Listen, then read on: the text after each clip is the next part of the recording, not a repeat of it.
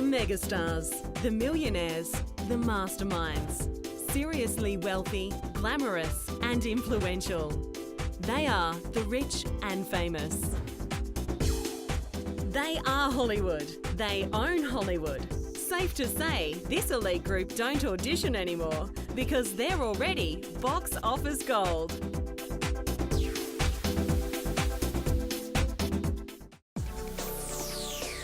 Tom Hanks is one of the most trusted celebrities in the world.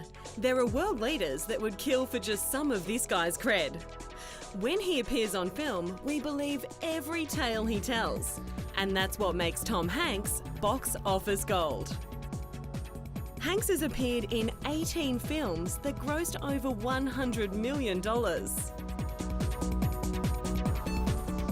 The actor wasn't always the regular guy we know and love. As a child, Hanks was a painfully shy geek who had a reputation for yelling out stupid comments in class. Thankfully, he found theatre at a young age and a passion to pour his heart into. From his breakout performance in Ron Howard's 1984 romantic comedy Splash to his highly anticipated appearance in The Da Vinci Code in 2006, Tom Hanks has rarely been without work in Hollywood. That means he's had his fair share of flops, but when Hanks has a hit, he has a hit. Hanks and fellow actor Tom Cruise are the only two actors in history to have 7 consecutive $100 million blockbusters. The actor says that along the way, through a process of self-discovery, his work has developed, becoming less pretentiously fake and more lucrative into the bargain. Sleepless in Seattle, the first of his winning pairings with Meg Ryan, grossed up to $300 million worldwide. Then came Forrest Gump, the summer hit of 1994, pulling in an audience of every age and a staggering $680 million. When Hanks read the script for Forrest Gump, he saw it, he said, as one of those grand, hopeful movies that the audience can go to and feel some hope. It was a familiar feeling from his cinema experiences as a child and something he wanted to share. I still feel the same way about it as I did when I was in college, or I had my first equity card in my back pocket. It is the most fun that you could possibly have. It's invigorating. I feel a little bit more alive, I think, at the knowledge that both of us do, I think. When we know that we have a job and we're going into it, there is nothing that is somehow more exciting. It's never gone away. His choices to voice characters in popular animations like Toy Story, Polar Express and The Ant Bully are also part of his nostalgic desire to delight audiences. But what sealed Tom Hanks' fate at the top of the A-list was his Best Actor Oscar for Forrest Gump, coming straight after his Academy Award the previous year for the meatier role of a gay lawyer battling AIDS and discrimination in Philadelphia. It was said the success of Philadelphia belonged to Hanks, who was, critics said, flat out terrific in the film. The actor's next massive earner was 1998's Saving Private Ryan. The World War II epic, directed by Steven Spielberg on a budget of $70 million, made over $485 million and was widely acclaimed. Tom Hanks received an unprecedented $40 million for the role, plus a percentage of the film's profits, which took his earnings during this booming year to $75 million. Rumour has it that Tom Hanks is about to become the highest paid actor of all time when he reprises his role as Dr. Robert Langdon from The Da Vinci Code in the prequel, Angels and Demons. He is predicted to earn $50 million for the performance. So, how does this man of conscience deal with the outrageous price for his services and being an American icon?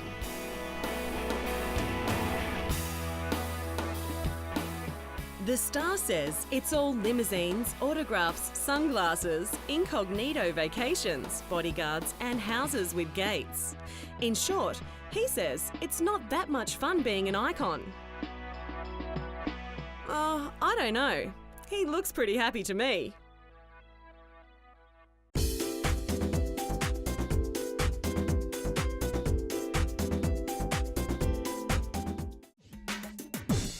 She strides the red carpet like a goddess, yet it's her down-to-earth style fans love. She is Charlize Theron. After her Oscar win for Monster in 2004, Charlize Theron earned $10 million for her next two films, North Country and Aeon Flux, making her one of the highest-paid actresses in Hollywood. But is an Oscar really the golden key to a long and lucrative career? History is not so sure. The Academy Awards, telecast annually and seen by an estimated 1 billion people worldwide, can boost the global bankability of the film and the star. Take Russell Crowe, who won for Gladiator. He saw his star power skyrocket. And winners Tom Hanks, Julia Roberts, Denzel Washington and Halle Berry have all remained big stars. But it hasn't worked for everyone. Just think of the winners of the past decade who haven't exactly become box office gold. Mira Sorvino, Helen Hunt, Roberto Benigni and Adrian Brody. Paging Marissa Tomei. Oscar can be a jinx. Hilary Swank and Nicole Kidman have gone on to film some forgettable flops after their prestigious wins. Both stars have yet to gain the drawing power of a Drew Barrymore or Cameron Diaz. Charlize Theron, the South African-American actress and former fashion model, is made of stronger stuff and is proving a good match for the Oscar jinx. Theron grew up as the only child on her parents' farm near Johannesburg, South Africa. In fact, Theron's first language is Afrikaans. At 15, Theron witnessed the death of her father, an abusive alcoholic. Her mother shot him in self-defense during an attack. Although the police laid no charges against Theron's mother, it was a baptism of fire for the young Theron and one she would never forget. Modelling proved a way out for the statuesque blonde when she won a modelling contract in Milan. And with encouragement, she made her way across the Atlantic to Hollywood. Charlize Theron's acting career skyrocketed in the late 1990s with box office successes like The Devil's Advocate, The Cider House Rules and Mighty Joe Young. And if anyone was in doubt about the actress's abilities, they need only meet her face-to-face as serial killer Aileen Wuornos, though not in a dark alley, I hope. Charlize Theron's performance in Monster was described as one of the greatest performances in the history of cinema. Besides the physical transformation brought on by weight gain and makeup, Theron changed her voice, gestures, walk, and even mastered the deep South Florida accent. The total transformation was comparable, they say, to Robert De Niro's Raging Bull. While it's crucial to get down and dirty for a film role, it's still fun being a girl. Charlize Theron has become the new face of best-selling Christian Dior perfume J'adore, earning up to $5 million for the 3-year gig. That should keep the wolves from the door, along with the strenuous schedule of film projects. Luckily, the tough cookie can take it. Directors say Charlize is a virtuoso. She is an actress who has both great application and stamina. She can sustain the most difficult emotion take after take and be at once strong, strident and maddening. Looks like Theron just might have what it takes to beat the Oscar jinx. It's a world away from the time the spunky actress was discovered by a talent scout in a Hollywood bank yelling at a bank teller for refusing to cash her check. In fact, I doubt you'll ever see this star in a bank queue again.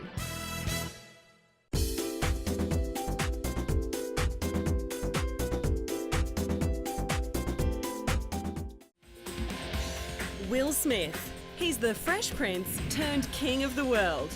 Smith has been described as the most powerful actor on the planet. He's been asked to save the world in many of his films, and he's done it with a smile on his face and a wink to the camera. Will Will Smith is one of an elite group who have enjoyed major success in music, TV and film. From rap artiste to self-styled sitcom star to motion picture leading man, his rise to fame and fortune has been rapid and steep. Will Smith burst onto the screen with two hugely successful summer blockbusters. In 1996's Independence Day, he played a fearless fighter pilot, flying the film to a rocketing $820 million in the box office. Then came the peerless Men in Black, where he played the comic and confident Agent J against Tommy Lee Jones's deadpan Agent K. Audiences were charmed to pieces by Smith's Agent J, and the two blockbusters together established Smith as a hotly bankable star whose appeal across age, race and gender lines could now open a film at the box office.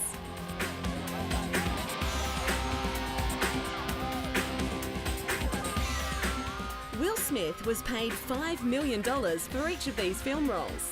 Now he demands upwards of $20 million in fees and a two-story trailer. A string of lead roles in smash hits followed, like Men in Black 2, Bad Boys 2, Hitch and I, Robot, keeping the actor very busy indeed. Smith even broke the world record for attending a head-spinning 3 premieres in a 24-hour time span. One of his most enjoyable creative experiences has been the true-life rags-to-riches story of the pursuit of happiness, pairing up with his own young son, Jaden. The story of a homeless man who becomes a stockbroker is the kind of story Smith believes in, striving for excellence and letting nothing stop you reaching the top.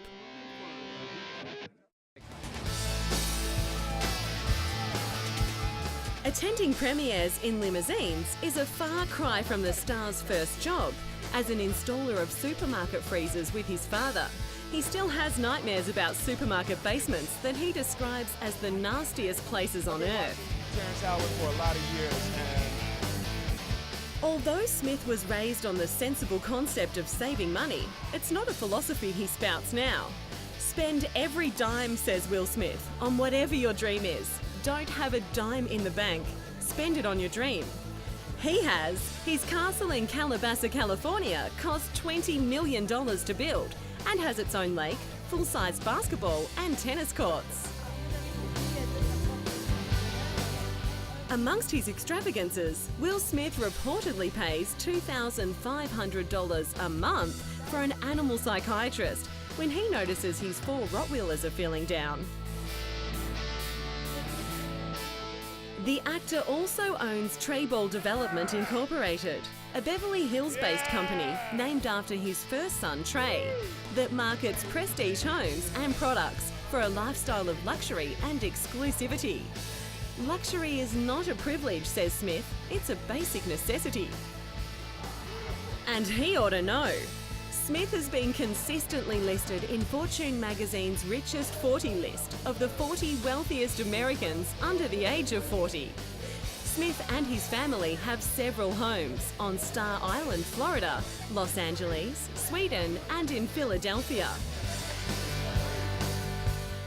The black actor says that in Hollywood there is racism, but on a certain level, everyone's green.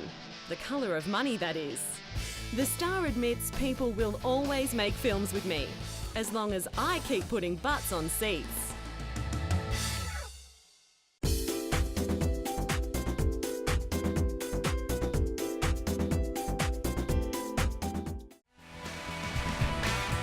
Steven Spielberg, master storyteller and box office gold.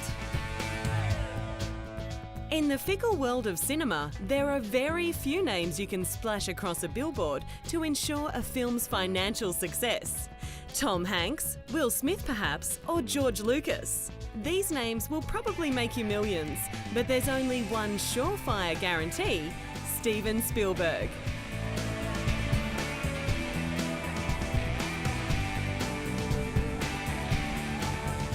Spielberg is a 3-time Academy Award winner and is the highest-grossing filmmaker of all time. His films have made nearly $8 billion internationally, winning the director a net worth of $3 billion.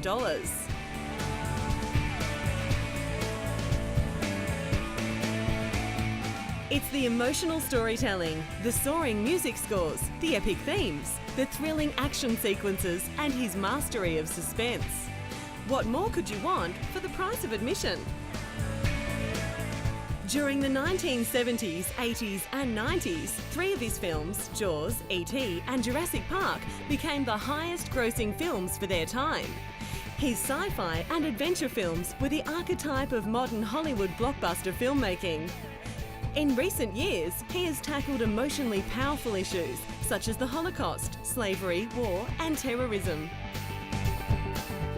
Spielberg was born to make films. At 16, he wrote and directed his first independent movie, a 140-minute science fiction adventure with a budget of $400. Not long later, Spielberg became the youngest director ever to be signed to a long-term deal with a major Hollywood studio, Universal. First, there was Jaws. The $8.5 million film made $260 million. Steven Spielberg was now the it boy of Hollywood, and the world was afraid to go back in the water. The director had single-handedly invented the summer blockbuster, including the mega-successful Indiana Jones franchise. Raiders of the Lost Ark is still considered a landmark example of the action genre today. Spielberg returned to his beloved science fiction genre and created a lasting gift to the world, E.T. the Extraterrestrial, the love story of a boy and an alien. E.T. went on to become the top-grossing film of all time until it was beaten by another of his films, Jurassic Park, in 1993. E.T. was also nominated for 9 Academy Awards, including Best Picture and Best Director. Spielberg was now the major player in Hollywood.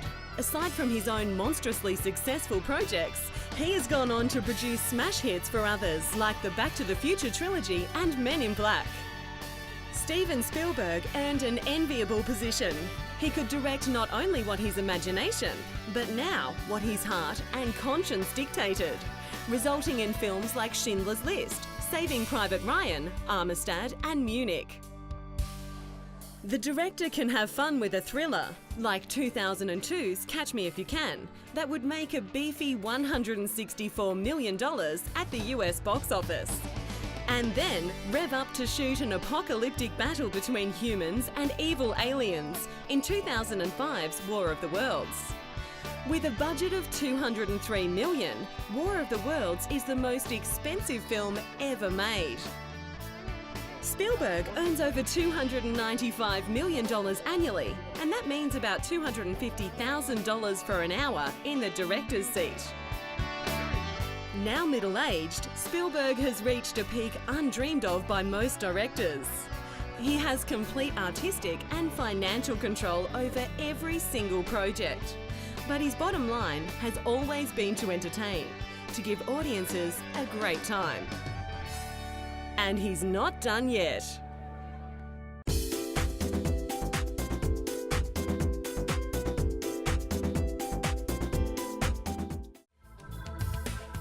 Johnny Depp, the eccentric and mercurial actor, a magician that has audiences lining up to see what more he has up his sleeve.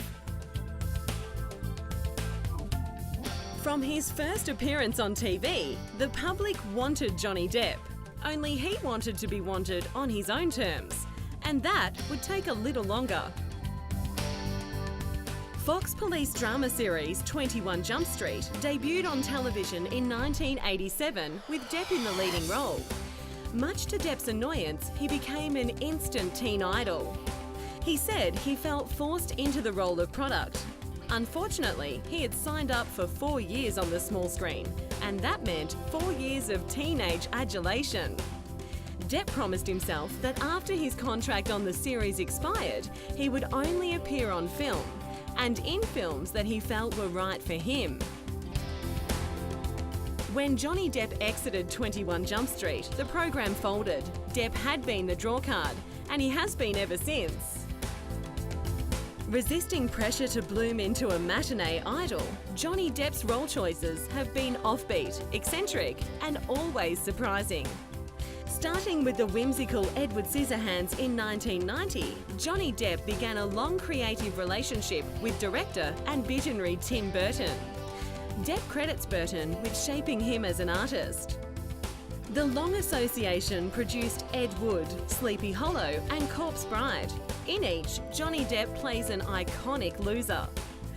As critically acclaimed as these films were, Depp calls them studio-defined failures and box office poison, blaming the film studios for not understanding the films and not knowing how to market them. That all changed with 4 little words: Pirates of the Caribbean. Depp loved the role of suave pirate Captain Jack Sparrow, and so did the studio accountants. Studio bosses disliked Depp's performance at first, modelled on Rolling Stones guitarist Keith Richards, but audiences loved it. You know, the thing is, it has been a blast for me, getting to, being on the kind of the creation of Captain Jack and watching him, evolve. Would I do a 4, a 5, and a 6 and onwards? If all the ducks were in a row, as it were, yeah, sure, why not? But at the same time, if it's time to put something to bed, may as well put it to bed. The second Pirates film proved to be a success beyond Walt Disney Pictures' wildest dreams, breaking records worldwide the day of its premiere. In the end, it acquired a total of over $1 billion worldwide, becoming the third and fastest film to reach this staggering amount. The complete trilogy has grossed over $2.7 billion worldwide.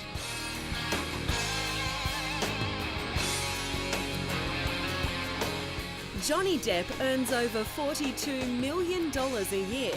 That's $168,000 a day and $21,000 an hour.